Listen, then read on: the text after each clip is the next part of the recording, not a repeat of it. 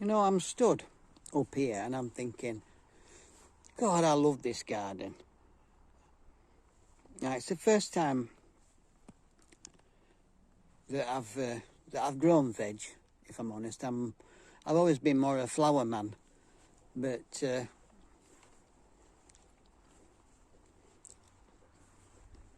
I ain't been growing flowers either, because it tends to attract bees and wasps in this garden. So I ain't been tending to grow flowers either. But this is the first time I've actually done veg. Because to be honest with you, it's a bit of a faff, innit, veg. And I ain't always had time before. Because when people are eating your food, when people are eating your vegetables and your salad stuff, you have to look after them, you have to pamper them. And I ain't always had the time. Well, I've got the time now. Got them lovely peas there in the pod, peas in the pod.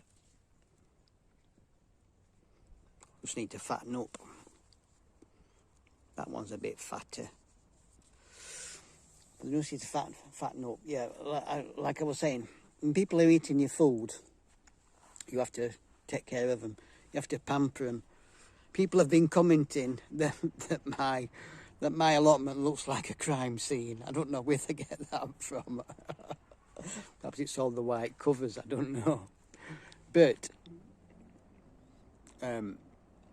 this is what you've got to do. You've got to keep the insects off it. You've got to keep the insects off it. Because, you know, when people are eating your leaves, they need to be perfect.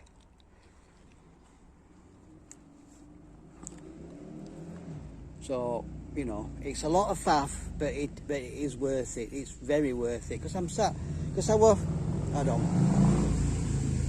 That noisy git with his motorbike. It is a nice motorbike though, I must admit. Like I was saying, I love salads. But I don't know if it's just me or not. I remember just before the pandemic hit, right? I used to eat a lot of romaine lettuce.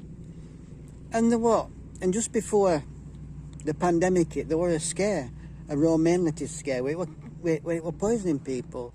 There was something going off in the factories or something, or where they were washing it or something, and there were contamination, there were botulism and all sorts of stuff in romaine lettuce. And I'm thinking, you just can't trust food manufacturing anymore, because they're all too busy trying to cut costs all the time. I mean, you've got Tesco and all them, and all the time they're trying to cut the cost of the food production so that they can sell it on to customers at a cheap price, which is great for us, but it does seem to be compromising the safety of stuff. And so I don't buy salad from shop, and I certainly don't buy salads that come pre-packed in them little plastic bags, because I don't know.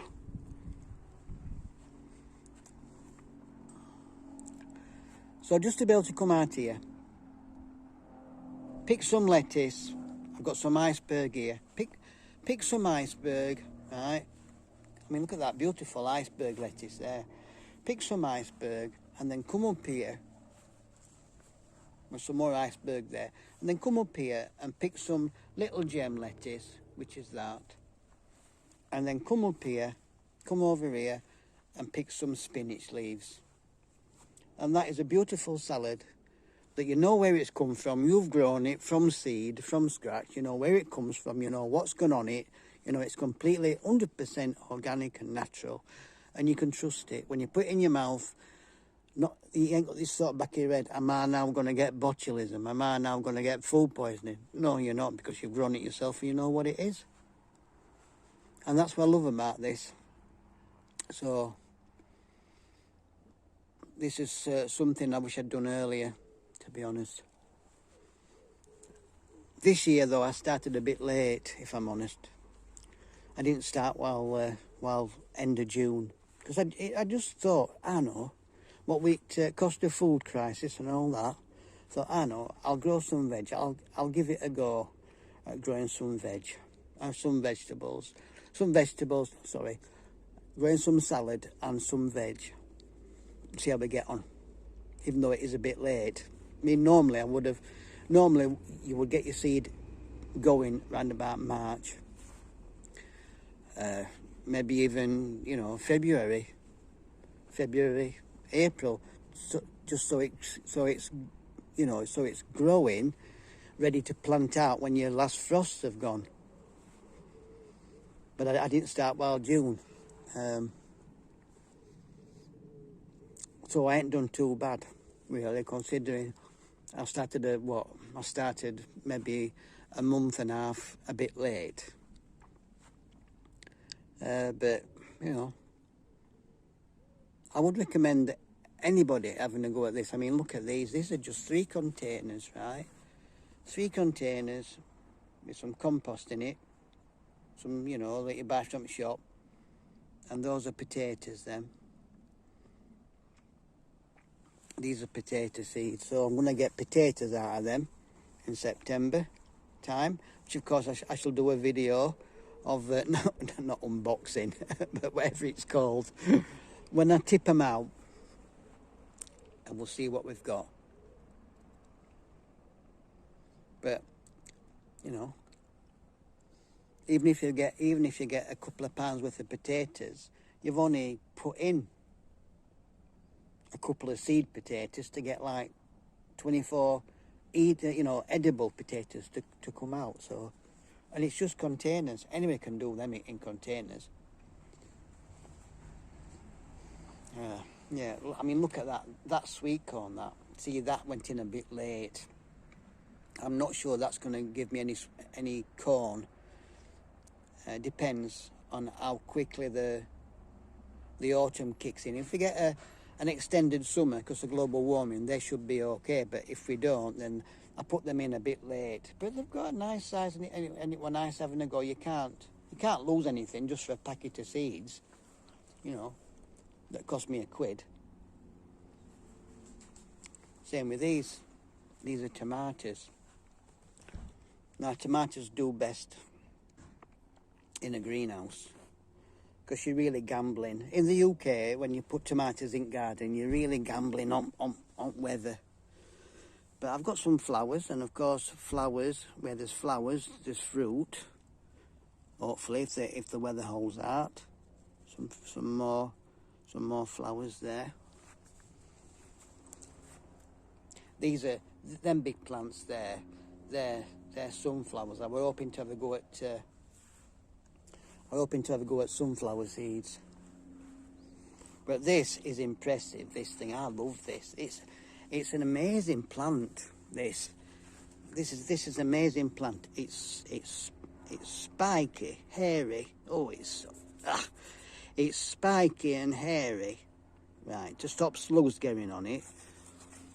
It's got these great big massive like tendril things that come along and they fasten themselves to cane. Got these big, oh God, I can't touch it. The leaves are very furry and spiky, and that's to protect itself from the slugs. And do you know what it is? Do you know what this plant is? And the flowers are under here. That's a cucumber plant. That's cucumber. That's where our cucumbers are grown. God, it's an horrendous plant. It's like a triffid. It reminds me of a triffid. But that's a cucumber, and it protects itself from the texture of the leaves. I have this funny. Can you hear my voice going? I have this funny thing with textures, like velvet and stuff. If I touch velvet, then it takes my breath away. I don't know why. Perhaps I'm a bit Perhaps I'm a bit of a lunatic. I don't know. But if I touch velvet and anything like velvet, it takes my breath away. I get this tight chest. It's called something. Well, that cucumber plant does the same thing, because that's the sort of texture it is. But that's all to protect itself. That. And these, no, that's a hoverfly there. These are French purple beans. Right, they're coming on now, these French purple beans. But they're still a bit immature just yet. But they're like, they're like runner beans, and the purple. But when you cook them, they turn green when you cook them. But it's just been nice to grow. It's just been nice to grow them. I've got some. I have to be careful. I have to be careful on this plant. I've got this bee that's. I don't think it's very well. I've got a big bumblebee, and I don't think it's very well, so it's not going far. I need to be careful. I need to make sure it's not under here. I don't want stinging. No, I don't think it's here. But those are green. But let me just check, because it is a big bee, that. But it's not going nowhere. But these are your runner beans and what have you. Broad beans and stuff. See, the biggest mistake I made was that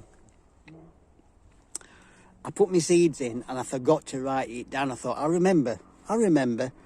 Did I buggery? I didn't remember at all. These are me, these wispy little things here. These wispy little things, these are leeks. Now, if you ever cook leeks, you know how big they get. So these are only young yet, but they're leeks. And these in here, these are carrots.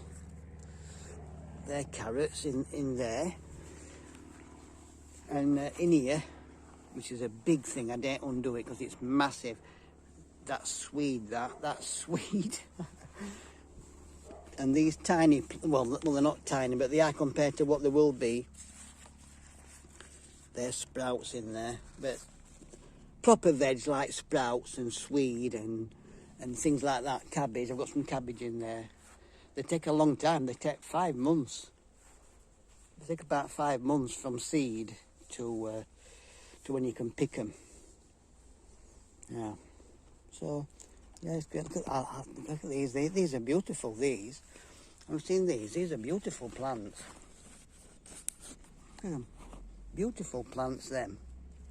You see how red they are? I don't know if you can see how red they are, if it's showing up. Got beautiful leaves, which you can eat. You can eat these stalks as well. You can eat them stalks. Do you know what these are? Right. They're beetroot. That's a crop of beetroot. I've got some down here that's more mature. I can just see the bulbs coming. These leaves have been got out by something because they're not covered, but the beetroot is fine. See, that's the beetroot down there. You can just see the beetroot. It's not ready yet, like, but you can just see it. Cover it back up. But yeah. Anyway, I just thought I'd make a. Oh, I didn't show you these, did I? Now this is broccoli. That's broccoli, that. See, that white netting's essential. But that's broccoli, that. It could be another few months yet, that. And what's behind it, you can see right at back there, what's behind it there, spring onions, them. Spring onions. So, anyway.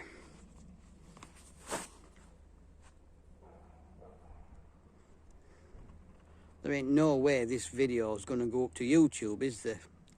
Flipping heck.